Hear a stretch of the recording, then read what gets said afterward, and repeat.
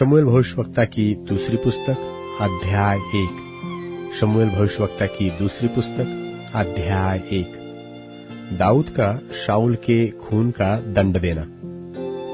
शाऊल के मरने के बाद जब दाऊद अमालेकियों को मारकर लौटा और दाऊद को सिकलग में रहते हुए 2 दिन हो गए, तब तीसरे दिन ऐसा हुआ कि छावनी में से शाऊल के पास से एक पुरुष कपड़े फाड़े सिर पर धूली डाले हुए आया, और जब वह दाऊद के पास पहुंचा तब भूमि पर गिरा और दंडवत किया।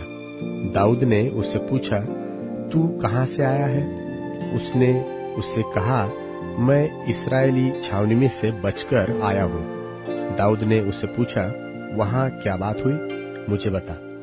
उसने कहा, यह कि लोग रणभूमि छोड़कर भाग गए और बहुत लोग मारे गए, और शाऊल और उसका पुत्र योनातन भी मारे गए हैं। दाऊद ने उस समाचार देने वाले जवान से पूछा कि तू कैसे जानता है कि शाऊल और उसका पुत्र योनातन मर गए? समाचार देने वाले जवान ने कहा, संयोग से मैं गिलबो पहाड़ पर था तो क्या देखा कि शाऊल अपने भाले की टेक लगाए हुए है। फिर मैंने यह भी देखा कि उसका पीछा किए हुए रथ और सवार बड़े वेग से दौड़े आ रहे हैं। उसने पीछे फिरकर मुझे देखा और मुझे पुकारा। मैंने कहा, क्या आज्ञा? उसने मुझसे पूछा, तू कौन है?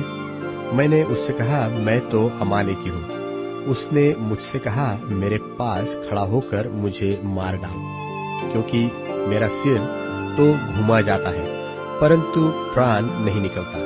तब मैंने यह निश्चय जान लिया कि वह गिर जाने के पश्चात नहीं बच सकता।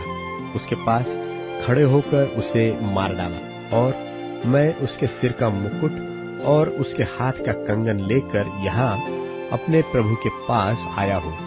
तब दाऊद ने अपने कपड़े फाड़कर, और जिस पुरुष उसके संग थे उन्होंने भी वैसा ही किया, और वे शाऊल और उसके पुत्र योनातन और यहोवा की प्रजा और इस्राएल के घराने के लिए छाती पीटने और रोने लगे, और सांझ तक कुछ न खाया, इस कारण कि वे तलवार से मारे गए थे। फिर दाऊद ने उस समाचार देने वाले जवान से पूछा, तू कहाँ का है? उसने कहा, मैं तो परदेशी का बेटा अर्थात अमालेकी हूँ। दाऊद ने उससे कहा, तू यहोवा के अभिषिक्त को नाश करने के लिए हाथ बढ़ाने से क्यों नहीं डरा?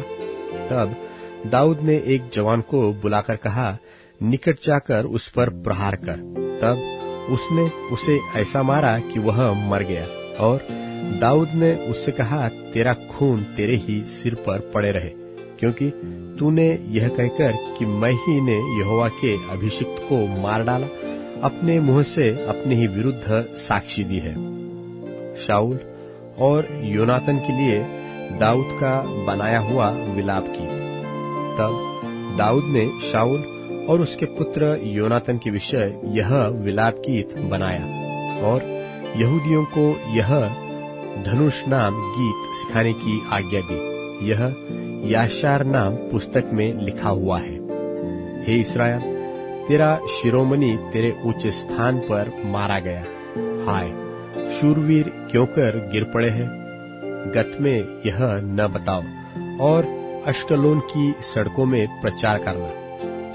न हो कि पलिश्ती स्त्रियां आनंदित हो, न हो कि खतना रहित लोगों की बेटियां गर्व करने लगे। हे गिलबो पहाड़ों, तुम पर न ओस पड़े और न वर्षा हो, और न भेंट के योग्य उपजने वाले खेत पाए जाए, क्योंकि वहां शूरवीरों की ढालें अशुद्ध हो गई, और शाऊल की ढाल बिना तेल लगाए रह गई। जूझे हो के लहू बहाने से और शूरवीरों की चर्बी खाने से योनातन का धनुष लौट न जाता था, और न शाऊल की तलवार छूछी फिर आती थी। शाऊल और योनातन जीवन काल में तो प्रिय और मनभाव थे, और अपनी मृत्यु के समय अलग न हुए।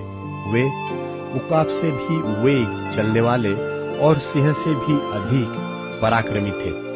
हे इस्राएली स्त्रियों, शाऊल के लिए रो, वह तो तुम्हें लाल रंग के वस्त्र पहनाकर सुख देता और तुम्हारे वस्त्रों के ऊपर सोने के गहने पहनाता था। हाय, युद्ध के बीच शूरवीर कैसे काम आए।